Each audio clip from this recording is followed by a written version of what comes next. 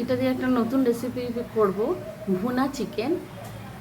চিকেনের মধ্যে আমি পেঁয়াজ বাটা, আদা বাটা, রসুন বাটা, সামান্য কাঁচা লঙ্কা কুচি আর দই, নুন, হলুদ দিয়ে মেখে রেখেছি। এরপরে এটা তৈরি করব। পেঁয়াজটা ভাজা হচ্ছে, এরপরে আমি চিকেনটা দেবো। ম্যারিনেট করা চিকেনটা জাস্ট তেলের উপর কড়াইতে দিয়ে ভালো করে কষছি। দেখুন কিরম তেল বেরিয়ে এসছে। শুকনো কড়াইতে এই মশলাগুলো আমি ভেজে নেব। নিয়েছি সেটা হচ্ছে জিরে, মৌরি, জয়িত্রী, স্টার, লবঙ্গ, এলাচ, দারচিনি, শুকনো লঙ্কা আর কিছু গোলমরিচ। এগুলো ভেজে নিয়ে শুকনো কড়ায় নেড়ে নিয়ে ভেজে তারপরে গুঁড়িয়ে নিয়ে আমি এই মাংসটায় দেব।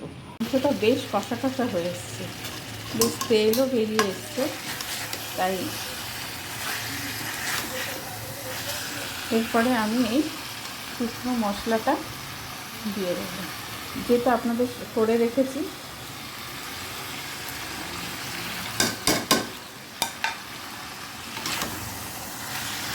এবার ভালো করে নেড়ে চেড়ে, ও যা গন্ধ বেরিয়েছে না,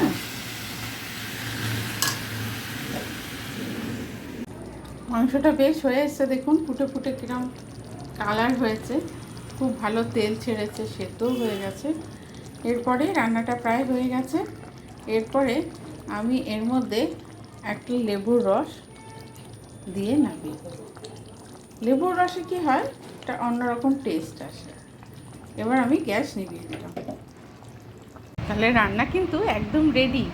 আমি খালি দেখুন কিরম ভালো হয়েছে, আমি খালি ওপর থেকে একটু রোজ প্যাকেট ছড়িয়ে দিয়েছি। কি দারুণ হয়েছে না?